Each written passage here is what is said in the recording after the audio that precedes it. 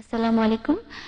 আহ, আচ্ছা, একটু আগে আপনি পশ্চিমাদের কথা বলছিলেন। আমি কনভার্ট হয়েছি বা আপনার ভাষায় রিভার্ট হয়েছি। আহ, মুসলমান হওয়ার আগে ইসলাম সম্পর্কে আমার খুব খারাপ ধারণা ছিল। মানে আমি আমি ইসলামকে ঘৃণা করতাম। এটার কারণ, আমি যে মুসলমানদের দেখেছিলাম তারা ভালো ছিল না। আহ, আমি মনে করি আমরা যেভাবে অমুসলিমদের দাওয়ায় যাচ্ছি, এটা খুব কঠিন হয়ে যায়। আমি আমার ফ্যামিলির সাথে কথা বলতে পারি না, কারণ আমরা পুরো চিত্রটা যেভাবে তুলে ধরি। আপনি যদি ইসলামের কথা বলেন তাহলে বলবো হ্যাঁ, এটা খুব ভালো একটা ধর্ম, একমাত্র সত্য ধর্ম। কিন্তু সবসময় অন্যের সমালোচনা করাটা কি ঠিক? মানে এভাবে কথা বলাটা ঠিক না। পশ্চিমাদের এত বেশি সমালোচনা করা, আপনি যেসব ধর্ষণের কথা বলছেন, মুসলমান দেশেও সেটা হয়, মধ্যপ্রাচ্যের দেশেও হয়। হয়তো এত আহ, এবং আরেকটা ব্যাপার হলো মহিলাদের। আপনি বললেন যে অমুসলিমরা বলে যে ইসলামে মহিলাদেরকে ছোট করে দেখে। কোরআনে অনেক কথা বলা হয়েছে পুরুষ এবং মহিলাদের সম্পর্কে, কিন্তু পুরুষদের সম্পর্কে যেগুলো বলা হয়েছে সেগুলোকে সবাই লেখা থাকে শুধু গুণবতী স্ত্রীর কথা, আর শুধু বলা হচ্ছে মহিলাদের কি কি করা উচিত। এমনটা কেন হচ্ছে? এসব আমরা করি বলেই অনেক অমুসলিমদেরকে বোঝানো কঠিন হয়ে যায়। এখানে উদাহরণ হিসেবে বলি যে আমি শুনেছি যে রাসূলুল্লাহ সাল্লাল্লাহু আলাইহি সাল্লাম তার স্ত্রীদেরকে গৃহস্থালির বিভিন্ন কাজে সাহায্য করতেন। তাহলে আমাদের এই বইগুলো কেন শুধু একথাই বলে যে কিভাবে একজন ভালো স্ত্রী হওয়া যায়?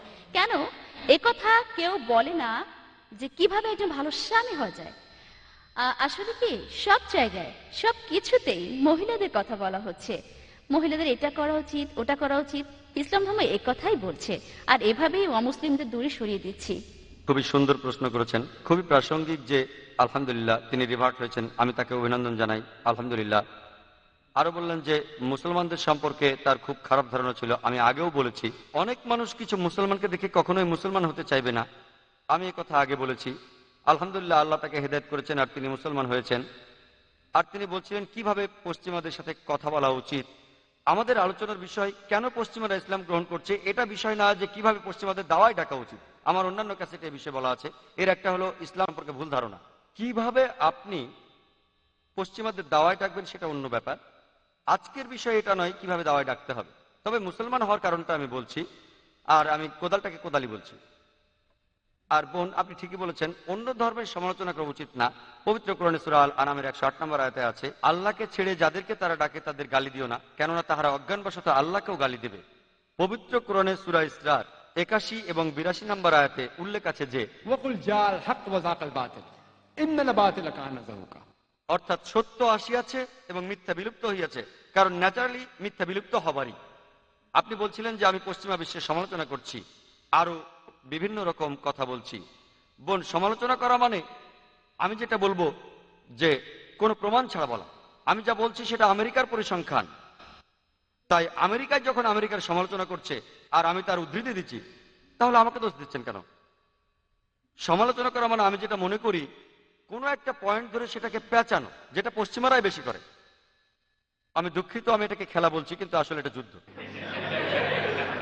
আমি কোদালকে কোদালি বলবো, পশ্চিমারাও কোদালকে কোদাল বলে। তারা খুব গর্বিত যে তারা স্পষ্টবাদী। তারা বলে আমরা খুব সাহসী, আমরা সত্যবাদী। আলহামদুলিল্লাহ, আর আমিও সত্যবাদী। হয়তো মিথ্যে কখনো বেরোবে না, সেটা আলাদা ব্যাপার। তারা মিডিয়ায় দেখায় যে মেয়েদের ছোট করে দেখা হয়, আর এই ব্যাপারে আমি লেকচার দিয়েছি, পরিষ্কার করেছি। তাহলে বল, আমি যেটা করছি এফবিআই রিপোর্ট থেকে বলছি, সেটা কোনো মুসলমান লেখেনি, লিখেছে পশ্চিমারাই। ধর্ষণের যে পরিসংখ্যান দিয়েছি সেটা কোনো মুসলমান লেখেনি, লিখেছে অমুসলিম পশ্চিমারা। অবাধ যৌনাচার, ব্যভিচার সম্পর্কে আমি শুধু তাদের পরিসংখ্যান দিয়েছি। আর যখন তাদের উদ্ধৃতি দিচ্ছি, তারা বলতে পারবে না যাকে সমালোচনা করছে। কারণ কি জানেন, আমি তাদের পরিসংখ্যান থেকেই বলছি। যদি বলতাম হ্যাঁ মিস্টার আহমেদ আলী এই কথা বলেছেন, তাহলে এই কথাটা পশ্চিমাদের বিরুদ্ধে বলা যায়। আমি আহমেদ আলী বা সুলতান ভাইয়ের কথা বলছি না, আমি তুলে ধরছি তাদের পরিসংখ্যান, আর এজন্য আমি ব্যবহার করছি আমার হিকমা। আপনি বললেন যে ধর্ষণের ঘটনা ঘটছে, অন্যান্য দেশেও এগুলো রিপোর্ট করা হচ্ছে না। বোন, আমি আপনার সাথে একমত না। ধর্ষণ বেশি হয় পশ্চিমা দেশগুলোতে, ওখানে রিপোর্ট করা হয় না। এটা ওখানে খুবই সাধারণ। ধর্ষণ এতই সাধারণ ঘটনা যে রিপোর্টই করা হয় না। পশ্চিমে কয়েকবার গিয়েছি, ধর্ষণের কোনো কেসই দেখিনি। এটা এতই সাধারণ, এতই দৈনন্দিন ঘটনা যে রিপোর্টই করা হয় না। বোন, খবরের কাগজে ছোট্ট করে লেখা থাকে, অন্য কোনো দেশে যদি ধর্ষণ হয় হেডলাইনে আসবে। বলছি না যে এখানে ধর্ষণ হয় না, ধর্ষণ পুরো পৃথিবীতেই হয়, সব জায়গাতেই হয়। মুসলিম দেশের কথা বলেন, সেখানেও ধর্ষণ হয়। যেসব মুসলিম দেশে ইসলামী শরিয়া মেনে চলা হয় না সেখানে হয়। পৃথিবীর মধ্যে সবচেয়ে কম ধর্ষণ হয় কোন দেশে? পৃথিবীর মধ্যে সবচেয়ে কম, সেটা হলো সৌদি আরব। সবচেয়ে কম, সেখানেও ধর্ষণ হয়। আমি বলছি না যে ধর্ষণ হয় না। পৃথিবীর সব গোত্রে কিছু কুলাঙ্গার থাকে, তবে পুরো পৃথিবীর মধ্যে সবচেয়ে কম ধর্ষণ ঘটে সেটা হলো সৌদি আরবে। পৃথিবীর মধ্যে সবচেয়ে কম ডাকাতির ঘটনা ঘটে সৌদি আরবে। হ্যাঁ, অনেক মুসলিম দেশ আছে যারা ইসলাম অনুসরণ করে না, তারা হলো নকল মুসলমান। রিপোর্ট করা হলে অন্যান্য দেশে সেটা খবরের কাগজের হেডলাইন হয়, কারণ ধর্ষণ হলো একটা কলঙ্কিত ঘটনা। আর আমেরিকায় এটা দৈনন্দিন জীবন। যেমন একজন ডাক্তারের ঘটনা, রোগী বলল তার যৌন রোগ আছে, ডাক্তারও বলল তারও আছে। অবাক হওয়ার কিছু নেই, তারা আসলে নির্লজ্জ। আমার কাছে তারা নির্লজ্জ, তাদের কাছে এটা ঠিক। তাই বোন, আমি যখন সত্যি কথাটাই বলছি আমাকে বলতেই হবে। আমি সবচেয়ে ভদ্র ভাষায় বলেছি জনগণের সম্পত্তি, তবে এটাই সত্যি। লোকে হয়তো বলবে সমালোচনা করছি, কিন্তু কোদালকে কোদালি বলবো। আর এভাবে বলাটাই পশ্চিমারা বেশি পছন্দ করে, আলহামদুলিল্লাহ। প্রথম প্রশ্ন, তাদের সমালোচনা করছি, আসলে তাদের পরিসংখ্যানটাই বলছি। যেমন কোরআন বলছে হিকমার সাথে দাওয়া দিতে। ادعو الى سبيل ربك بالحكمه والموعظه الحسنه وجادلهم بالتي احسن। মানুষকে তোমার প্রতিপালকের প্রতি আহ্বান করো হিকমত ও সদুপদেশ দ্বারা, আর তাহাদের সহিত তর্ক করো উত্তম পন্থায়। আমাদের নবী খ্রিস্টানদের উদ্দেশ্যে বলেছেন, ولا تقولوا ثلاثه। কোরআন বলছে যদি কোনো খ্রিস্টানকে বলেন তোমরা শিরক করো না, এসব থামাও, এটা তোমার ভালোর জন্য, খুব ভদ্রভাবেও যদি বলেন সে অবশ্যই কষ্ট পাবে। তাহলে কোনো মানুষকে মিথ্যে হতে মুক্ত করতে চাইলে যেভাবেই বলেন সে কষ্ট পাবেই। কোনো খ্রিস্টানকে যদি বলেন তুমি যীশু খ্রিস্টের পূজা কেন করছো, যদি কথাটা খুব সুন্দরভাবে বলেন তাহলেও সে কষ্ট পাবে। তাই আমি বলবো সবচেয়ে ভদ্রভাবে, যেটা গ্রহণযোগ্য, তারপরও সে কষ্ট পাবেই। এমন না যে আমি তাদের অপমান করার জন্য এভাবে বলছি, এখানে আমি পরিসংখ্যান দিচ্ছি। এটা আপনার দ্বিতীয় প্রশ্নের উত্তর। তৃতীয় প্রশ্ন হলো, কেন মুসলমান পণ্ডিত আর বক্তারা শুধু মহিলাদের নিয়ে কথা বলেন, মহিলাদের নিয়ে আয়াতগুলো উদ্ধৃতি দেন, আর পুরুষদের দায়িত্ব কর্তব্য সম্পর্কে কিছুই বলেন না? বোন, আমার ক্যাসেটগুলো আপনার দেখা উচিত, ইসলামে মেয়েদের অধিকার। আর আমার লেকচার শুনে লোকজন প্রশ্ন করেছিল আমি কখন ইসলামে পুরুষের অধিকার নিয়ে বলবো। এই ক্যাসেটে আমি বলেছি স্ত্রীর সাথে স্বামীর কিরকম ব্যবহার করা উচিত। এমনকি আজকেও যদি আপনি শুনে থাকেন, যখন হিজাব সম্পর্কে বলছিলাম ঠিক আপনার কথাটাই বলেছি। সাধারণত মুসলমান বক্তারা মেয়েদের হিজাবের কথা বলে, কিন্তু আল্লাহ প্রথমে বলছেন পুরুষের হিজাবের কথা। তাই এই মানুষগুলো কেন এমন করছে তাদের জিজ্ঞাসা করুন, আমি সব বলতে পারবো না। আপনি যদি ইসলামের নিরপেক্ষ পথ আলহামদুলিল্লাহ দেখতে চান, আমার ভিডিও ক্যাসেটগুলো দেখতে পারেন। আর সেখানে আপনি দেখবেন যে ইসলামে মেয়েদের অধিকারের মধ্যে আছে কিভাবে একজন স্বামী তার স্ত্রীর সাথে ব্যবহার করবে। এরকম আরো অনেক পুরুষই আমার কথাগুলো পছন্দ করেনি, আর তারা প্রশ্ন করেছিলেন কবে আমি ইসলামে পুরুষের অধিকার নিয়ে কথা বলবো। তাই বোন, আমি আগেও বলেছি আলহামদুলিল্লাহ ইসলাম বিশ্বাস করে সাম্যবাদে পুরুষ আর মহিলার মধ্যে।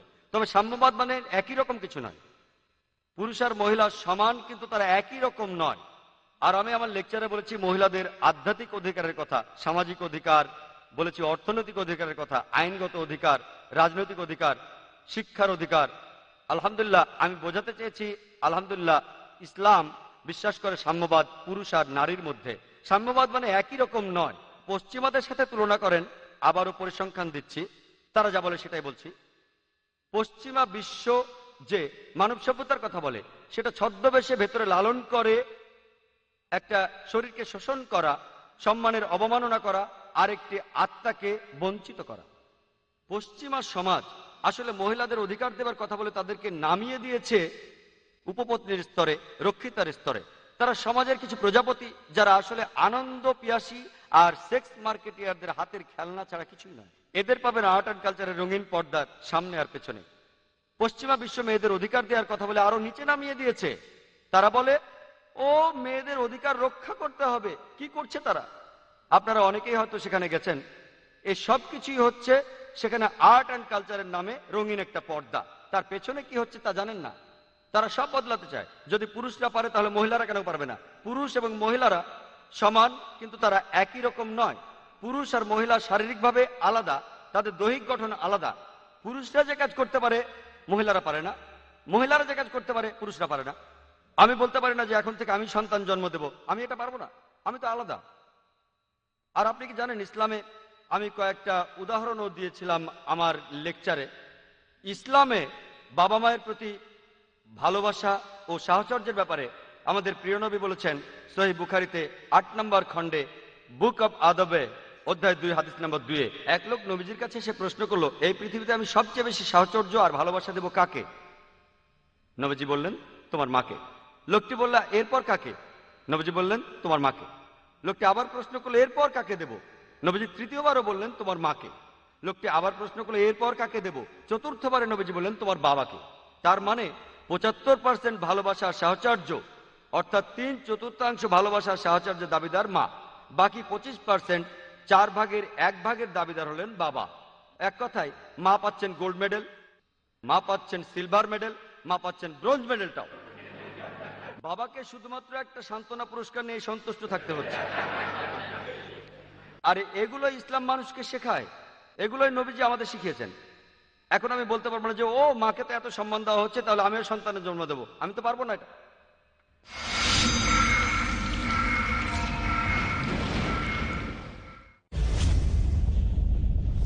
আমরা অনেক গুনাহের কাজ করি, দিনে আর রাতে, সকাল আর সন্ধ্যায়, জেনে আর না জেনে।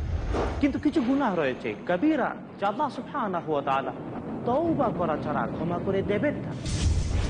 শাহ ওয়ালিউল্লাহ। কিন্তু বন্ধু, জানেন কোনটি কবিরা গুনাহ? বেঁচে থাকতে চান কবিরা গুনাহ থেকে? তাহলে যোগ দিন আমার সাথে পিস টিভি বাংলায়। দেখুন বড় গুনাহ প্রতি সোমবার ও শনিবার রাত 9টায়, আর পুনঃ সম্প্রচার সকাল 5:30টায় বাংলাদেশে পিস টিভি বাংলায়।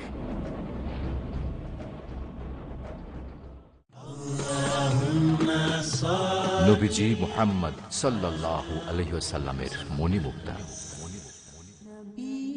আবু মুসা রাদিয়াল্লাহু আনহু বলেন, লোকেরা রাসূল সাল্লাল্লাহু আলাইহি ওয়াসাল্লামকে একদা জিজ্ঞেস করল, ইসলামের কোন বিষয়টি সর্বোত্তম? রাসূল সাল্লাল্লাহু আলাইহি ওয়াসাল্লাম বলেন, যার হাত এবং মুখ থেকে অন্য মুসলিম ব্যক্তির নিরাপদ থাকে। সহিহ বুখারী প্রথম খণ্ড, ঈমান অধ্যায়, হাদিস সংখ্যা 11।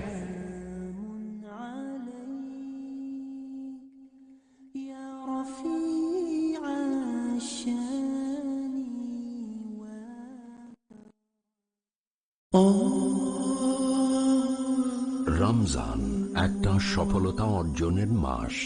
12 মাসের মধ্যে শ্রেষ্ঠ নিয়ামতময় বরকতময় একটি মাস, তার নাম রমজান। সিয়াম পালন করতে গিয়ে নিজের দৃষ্টির, নিজের কানে, নিজের মুখের, নিজের অনুভূতির, সমস্ত শরীরের সিয়াম পালন করতে হবে। রমজান মুবারকের সিয়াম সাধনা আমাদের শিখায় নিয়ন্ত্রিত হতে। রোজা একজন মানুষের জীবনকে সরল সঠিক পথের উপরে উঠিয়ে দেয়। যে রমজান পেল অথচ নিজের নামটা জাহান্নামীর তালিকা থেকে বাদ দিয়ে জান্নাতীদের তালিকাভুক্ত করতে পারল না, তার ধ্বংস হোক। আপনার সিয়াম আরো বিশুদ্ধ ও পরিচ্ছন্ন করার জন্য দেখুন রমজানের বিধিবিধান। পরবর্তী অনুষ্ঠান পিস টিভি বাংলায়।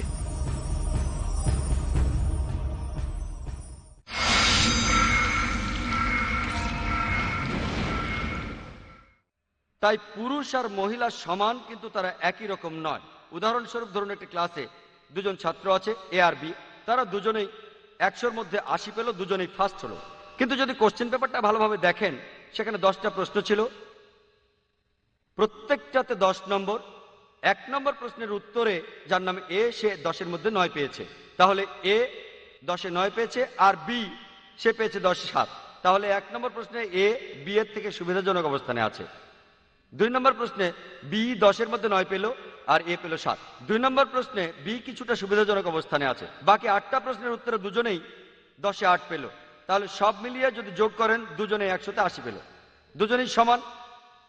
তবে 1 নম্বর প্রশ্নে এ বি এর থেকে একটু ভালো অবস্থানে ছিল, 2 নম্বর প্রশ্নে বি এর থেকে ভালো অবস্থানে ছিল। তাহলে পুরুষ আর মহিলা সমান, কিন্তু তারা এক নয়। ধরুন আমার বাড়িতে ডাকাত আসলো ডাকাতি করতে। আমি কিন্তু বলবো না আমি বিশ্বাস করি মেয়েদের সমান অধিকার, সবার সমান অধিকার। আমি আমার স্ত্রী আর বোনকে বলবো না তোমরা গিয়ে মারামারি করো। আল্লাহ পবিত্র কোরআনে সূরা আল নিসার 34 নম্বর এবং 35 নম্বর আয়াতে বলছে, আল্লাহ পুরুষকে বেশি শারীরিক শক্তি দিয়েছেন। তাহলে শারীরিক শক্তির দিক থেকে পুরুষ সুবিধাজনক অবস্থানে আছে, তাই সে মহিলাদের রক্ষা করবে। তাহলে শক্তির বেলায় পুরুষ এগিয়ে আছে। আর যে উদাহরণটা দিয়েছিলাম সাহচর্যের কথা বলে, মা বাবার চেয়ে অনেক বেশি সম্মান পাচ্ছেন। তাই কিছু কিছু ব্যাপারে পুরুষ সুবিধাজনক অবস্থানে আছে, আর কিছু কিছু ব্যাপারে মহিলারা সুবিধাজনক অবস্থানে আছে। সব মিলিয়ে পুরুষ আর মহিলা সমান। আর আপনি ঠিক বলেছেন বোন, যে আপনি ইসলামের শিক্ষা গ্রহণ করছেন, আলহামদুলিল্লাহ, খুবই ভালো। অনুসারীদেরকে দিয়ে ইসলামকে বিচার করবেন না। যদি করতে চান, আমাদের প্রিয় নবী মুহাম্মদ সাল্লাল্লাহু আলাইহি সাল্লামের কথা দিয়ে বিচার করুন। তাহলে আপনি যেটা করতে পারেন, বললেন যে স্বামীর কর্তব্য, এর উপর ইসলামে কোনো বই নেই, পুরুষের কি করা উচিত, ইনশাল্লাহ আপনি রিসার্চ করুন, তারপর আপনি লেকচার দেবেন। আলহামদুলিল্লাহ, ইনশাল্লাহ আল্লাহ আপনাকে সাহায্য করবেন। আর আপনি অনেক ভালো কাজ করতে পারবেন, কারণ আপনি রিভার্টে কেউ লেকচার দিলে বেশি প্রভাব পড়বে, আলহামদুলিল্লাহ। তাহলে বোন, ব্যাপারটা হলো এই, আমি একমত, সব জায়গায় কিছু কুলাঙ্গার থাকে। আমরা যেটা করব, আমরা ভালোগুলো বেছে নেব। আর পৃথিবীতে ভালো মানুষও আছেন, আলহামদুলিল্লাহ, তারা তুলনামূলকভাবে অনেক সৎ মানুষগুলোর দৃষ্টান্তই আমরা তুলে ধরবো, এবং তার সর্বশ্রেষ্ঠ উদাহরণ প্রিয় নবী মুহাম্মদ সাল্লাল্লাহু আলাইহি সাল্লাম। ইনশাআল্লাহ, যদি নিরপেক্ষ দৃষ্টিতে দেখতে চান, আপনি বললেন যে লোকজন, বক্তারা শুধু বলেন মেয়েদের এটা করা উচিত, ওটা করা উচিত। আমি অনুরোধ করব, আমার ক্যাসেটগুলো দেখলে ইনশাআল্লাহ আপনার ধারণা বদলে যাবে। আশা করি উত্তর পেয়েছেন। আমি ফরিদা। আমি একটা প্রশ্ন করতে চাই। এতক্ষণ আপনার লেকচার শুনছিলাম, আর আপনার কথাগুলো শুনতে খুব ভালো লাগছিল। আমি আপনাকে প্রশ্নটা করছি এই জন্য যে আমি একজন মা, আমার ছেলে মেয়েদের বড় করতে হবে। আপনি পড়াশোনায় খুব ভালো ছিলেন, ডাক্তারি পাশ করেছেন, আর এখন পৃথিবীর বিভিন্ন জায়গায় লেকচার দিচ্ছেন। আপনার মতো সন্তান, আপনার মতো মানুষ পৃথিবীতে আরো প্রয়োজন। তাই আপনার বাবা মা আপনার মতো সন্তানকে কিভাবে বড় করেছিলেন, আমি এ ব্যাপারে আপনার কাছ থেকে কিছু উপদেশ চাইবো, যাতে আমার মতো মায়েরা উপকৃত হতে পারে। ধন্যবাদ। বোন, আপনি খুব সুন্দর প্রশ্ন করেছেন। উনি আমার লেকচার শুনেছেন, জানেন যে আমি একজন ডাক্তার, তাই আমার বাবা মার সম্পর্কে জানতে চাইলেন। আর ডাক্তার ইয়াহিয়া আলভি শুরুতে ঠিক কথাই বলেছিলেন, যদি এই পৃথিবীতে আল্লাহ সুবহানাহু ওয়া তাআলার পরে কাউকে ধন্যবাদ দিতে হয়, তিনি হলেন আমার মা। তবে আমার বাবা এবং পরিবারের অন্য সবাইও, আমার স্ত্রী সহ, আলহামদুলিল্লাহ, আমরা সবাই দাওয়ায় নিয়োজিত। আমার পরিবারের সবাই। লোকে আমাকে প্রশ্ন করে, তারা এভাবে বলে যে আপনার পরিবারের সবাই এরকম, এটা তো আসলে একটা ফ্যামিলি প্ল্যানিং। তারা বলে, আমি বলি যে আমি পঞ্চম সন্তান বাবা মায়ের। যদি তারা ফ্যামিলি প্ল্যানিং করতেন, তাহলে আমি এখানে থাকতাম না। ভেবেছিলাম তিনি হয়তো প্রশ্নটা দিয়ে এটা বোঝাচ্ছেন। আলহামদুলিল্লাহ, সেরকম কিছু ছিল না। আমি পঞ্চম সন্তান, আলহামদুলিল্লাহ। লোকে ভাবে যে বেশি ছেলে মেয়ে থাকা ভালো না, তবে আলহামদুলিল্লাহ এটাও ভালো হতে পারে। এটা নির্ভর করে কিভাবে তাদের বড় করছেন, তাদের মানুষ করছেন। আর আমিও বলবো, আমার বাবা মা আলহামদুলিল্লাহ তারা আমাকে যথেষ্ট স্বাধীনতা দিয়েছেন। তারা আমার উপর কোনো ব্যাপারে কখনো জোর খাটাননি যে এটা মানো, ধর্ম মানো। আলহামদুলিল্লাহ, আমার বাবা মা যথেষ্ট ধার্মিক, আলহামদুলিল্লাহ। তারা আমার উপর কখনো জোর করেননি, আমাকে যথেষ্ট স্বাধীনতা দিয়েছেন। তবে তারা সবসময় কোরআন ও সুন্নাহ মেনে চলেছেন, আলহামদুলিল্লাহ। যেহেতু আমি ছোটবেলা থেকে বাবা মাকে দেখেছি কোরআন আর সুন্নাহ মেনে চলতে, আলহামদুলিল্লাহ, মানুষ তার বাবা মায়ের কাছ থেকেই শেখে। তবে সবসময় এমনটা হয় না। আমরা ইতিহাস থেকে জানি যে নবীদের সন্তানেরাও কুপথে যেতে পারেন। এটা আসলে আল্লাহ সুবহানাহু ওয়া তাআলার ইচ্ছা ছাড়া হয় না। আল্লাহ সুবহানাহু ওয়া তাআলার ইচ্ছাই সবচেয়ে বেশি দরকার, বাবা মায়ের সাহায্যও দরকার। আর এর একটা কারণ হচ্ছে, পবিত্র কুরআনে সূরা আল ইমরানের 160 নম্বর আয়াতে উল্লেখ আছে, আল্লাহ সাহায্য করিলে কেউ তোমাদের হারাতে পারবে না। যদি আল্লাহ সাহায্য না করেন, তাহলে তিনি ছাড়া কে এমন আছে যে তোমাদের সাহায্য করিবে? আল্লাহ সাহায্য না করিলে কেউ সাহায্য করতে পারবে না। তাই মুমিনগণ নির্ভর করুক আল্লাহ সুবহানাহু ওয়া তাআলার উপর। আমার বাবা মা নির্ভর করেছিলেন আল্লাহ সুবহানাহু ওয়া তাআলার উপর। তারা আমাকে ডাক্তার বানানোর জন্য অনেক টাকা খরচ করেছেন। আর আমার মা চাইতেন তার ছেলে হবে সবচেয়ে সেরা ডাক্তার। তিনি চাইতেন আমি যেন ক্রিস বার্নার্ডের মতো হই, যিনি প্রথম হার্ট ট্রান্সপ্লান্ট অপারেশন করেছিলেন, সাউথ আফ্রিকার ডাক্তার। মা তার সঙ্গে দেখাও করেছিলেন, তিনি এটাই চেয়েছিলেন। আলহামদুলিল্লাহ, আমিও ডাক্তার হতে চেয়েছিলাম।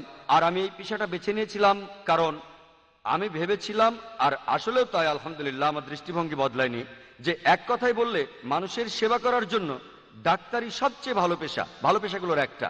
তাই আমি ডাক্তার হয়েছিলাম। আর আমার বাবাও একজন ডাক্তার ছিলেন, একজন সাইকিয়াট্রিস্ট। আর এভাবেই আলহামদুলিল্লাহ আমি ডাক্তার হয়েছিলাম। তবে পরবর্তীতে শেখ দিদাতের উৎসাহে আমি দাওয়ায় যোগ দিলাম।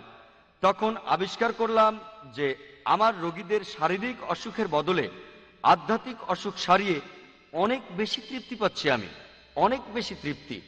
পৃথিবীতে হাজার হাজার ডাক্তার আছেন, তাদের অনেকে বিনামূল্যে চিকিৎসা করছেন, আমিও তাদের মতোই হব। তাই সেই সময় ঠিক করলাম যে আমি ডাক্তারি ছেড়ে দিয়ে পুরোপুরি দায়ী হয়ে যাব। আর তখন আমার বাবা মা আমাকে সাপোর্ট দিলেন। তারা হয়তো বলতে পারতেন আমরা তোমার পেছনে এত টাকা খরচ করেছি, তোমার উপর আমাদের অনেক আশা ছিল ইত্যাদি, এখন তুমি ডাক্তারি ছেড়ে দেবে, 5.5 বছর ডাক্তারি পড়েছো, আর এখন আলহামদুলিল্লাহ আমার বাবা মা বললেন কোনো সমস্যা নেই, তুমি এই পথে যাও, এটা আল্লাহর পথ, আলহামদুলিল্লাহ। আমি মাকে জিজ্ঞেস করেছিলাম যে আমাকে তুমি কি হতে বলো যদি আমি ডাক্তারি পেশা ছেড়ে দিই? তুমি কি চাও যে আমি শেখ আহমেদ দিদাতের মতো হই নাকি ক্রিস বার্নার্ড? তো তিনি আমাকে উত্তরে বলেছিলেন যে আমি চাই তুমি দুটোই হও। তবে এখন তাকে জিজ্ঞেস করি যে তুমি কি চাও যে আমি একজন দায়ী হই শেখ আহমেদ দিদাতের মতো যা এখন করছি, নাকি তুমি চাও যে আমি হই ক্রিস বার্নার্ড? তিনি বলেছিলেন শেখ আহমেদ দিদাতের মতো একজন দায়ীর জন্য আমি 1000টা ক্রিস বার্নার্ড ছাড়তে পারি। আলহামদুলিল্লাহ। তাই বাবা মার সাপোর্ট আমাকে সাহায্য করেছে, কারণ বাবা মা আর ফ্যামিলির সাপোর্ট খুব বেশি দরকার দাওয়ার ক্ষেত্রে। সন্তানকে কিভাবে বড় করতে হবে, আর এই ব্যাপারে আমার লেকচার পাবেন শিশুদের জন্য ইসলাম। শিশুদের জন্য ইসলাম, মা হচ্ছেন কোন শিশুর সেরা শিক্ষক। আর প্রথম যে বইটা মায়ের দেওয়া উচিত, বাবা মায়ের উচিত সন্তানকে দেয়া কোরআন। কোরআন প্রথম বই, আর এটা আপনার সন্তানের জীবনের শেষ দিন পর্যন্ত সঙ্গী হয়ে থাকবে। আর আমার বাবা মা আরবি ভাষার গুরুত্ব বুঝেছিলেন যে এই ভাষা শেখা দরকার। আর আমার লেকচারও বলেছি যে আরবি ভাষা জানা থাকলে পবিত্র কোরআন সহজে বোঝা যায়। যদি আপনার সন্তানকে আরবি ভাষা শেখান তাহলে তারা সহজেই পবিত্র কোরআন বুঝতে পারবেন। আর একটা কথা, যদি কেউ আল্লাহর পথে চেষ্টা করে থাকেন, যদি আপনি চেষ্টা করেন আল্লাহ সুবহানাহু ওয়া তাআলার পথে, আল্লাহ পবিত্র কোরআনে সূরা আনকাবুতের 69 নম্বর আয়াতে বলছেন, যারা আমার উদ্দেশ্যে সংগ্রাম করে আমি তাদের আমার পথে চালিত করব। তাই আপনি আল্লাহ সুবহানাহু ওয়া তাআলার পথে সংগ্রাম করে যান, ঠিক পথে সংগ্রাম করে যান, আল্লাহ সুবহানাহু ওয়া তাআলা ইনশাআল্লাহ আপনাকে সাহায্য করবেন। তাই প্রথমে দরকার আল্লাহর উপর বিশ্বাস, দ্বিতীয় হলো সংগ্রাম, তৃতীয় হলো কৌশল। আশা করি উত্তর পেয়েছেন। আসসালামু আলাইকুম। ডক্টর, আপনি তখন বলেছিলেন যে আগেকার দিনে ইতিহাস বলে যে আমরা টার্গেট করতাম অবিশ্বাসীদের নেতাদের। আর আলহামদুলিল্লাহ বর্তমান সময়ে মুসলিম উম্মার অবস্থা হলো, এ কথা বলা কি ঠিক হবে? আমাদের উচিত এখন বিভিন্ন দেশের নেতাদের টার্গেট করা। ভাই, আপনি খুব সুন্দর প্রশ্ন করেছেন। আলহামদুলিল্লাহ ইসলাম পুরো পৃথিবীতে ছড়িয়ে পড়েছে। আর ওনার কথা অনুযায়ী 25% মুসলমান প্রতি 4 জনে 1 জন, আর 3টি দেশের মধ্যে একটি দেশ মুসলিম দেশ। তবে আমাদের কোনো নেতা নেই, আর আমাদের মুসলিম দেশ থেকে মুসলমান নেতাদের টার্গেট করা উচিত কিনা আমি আপনার সঙ্গে একমত ভাই। এমনকি কুফার নেতাদেরও টার্গেট করা যাবে। আমি আপনার সঙ্গে একমত যে আমাদের একজন নেতা প্রয়োজন। ইসলাম লিডারশিপে বিশ্বাস করে, ইসলাম বিশ্বাস করে খিলাফতে। দুর্ভাগ্যজনকভাবে আমাদের খিলাফত বিলুপ্ত হয়ে গেছে। শেষ যেটা ছিল তুরস্কে, আবার সেই পশ্চিমারাই। খিলাফত আবার আসা উচিত, খিলাফত আসা উচিত। ইসলাম খিলাফতে বিশ্বাস করে, আর আমাদের একজন খলিফা থাকা উচিত। বেশ কিছু মানুষ তাদের সাধ্যমতো চেষ্টা চালাচ্ছে খিলাফতকে আবার নতুন করে প্রতিষ্ঠা করার জন্য। আল্লাহ সুবহানাহু ওয়া তাআলা তাদের শক্তি আর হেদায়েত দিন, আর তারা তাদের কাজ করে যাচ্ছে। অনেকেই বিভিন্ন দেশের নেতাদেরকে বোঝানোর চেষ্টা করে যাচ্ছে, বিশেষ করে মুসলিম দেশগুলোতে তারা সাধ্যমতো চেষ্টা করছে। আমরা দোয়া করি যে আল্লাহ সুবহানাহু ওয়া তাআলা একজন নেতা দিন মুসলিম উম্মার জন্য, যিনি আমাদের নেতৃত্ব দেবেন। নেতা থাকলে আলহামদুলিল্লাহ আমরা অনেক কিছু করতে পারবো। তাই ইসলামও নেতৃত্বের কথা বলে, আর আমাদের নেতা খুঁজে বের করতে হবে একজন ভালো নেতা, যিনি কোরআন ও সুন্নাহ মেনে চলেন। দুর্ভাগ্যজনকভাবে আজকের দিনে মুসলমান দেশগুলোর বেশিরভাগই তারা কোরআন এবং সুন্নাহ মেনে কাজ করেন না। মানুষ তাই খুঁজছে কে হবেন সে নেতা। ইনশাআল্লাহ আল্লাহ আমাদের জন্য একজন নেতা পাঠাবেন। আর একই সাথে আমরাও মুসলিম উম্মার জন্য নেতা খুঁজতে থাকব। যখনই কোনো মুসলিম নেতা আসেন, অমুসলিমরা তাকে ছোট করার চেষ্টা করে, তারা তাদের মতোই কাজ করছে। তাই আমরাও আমাদের জন্য নেতা খুঁজতে থাকবো। এমনকি কোরআনের অন্য নির্দেশও মানতে পারি, কুফার নেতাদেরকেও টার্গেট করতে পারি, দুটো কাজে একসাথে করতে পারি। আমি আপনার সঙ্গে একমত যে নেতা দরকার এই মুসলিম উম্মার জন্য। ডাক্তার জাকির নায়েককে এই জ্ঞানগর্ভ আলোচনার জন্য অনেক ধন্যবাদ। আমরা জানলাম ইসলাম কি শেখায়, আর ইসলামের সেবার জন্য আমাদের দায়িত্ব আর কর্তব্যগুলো কি। আসুন আমরা সবাই তাকে অভিনন্দন জানাই।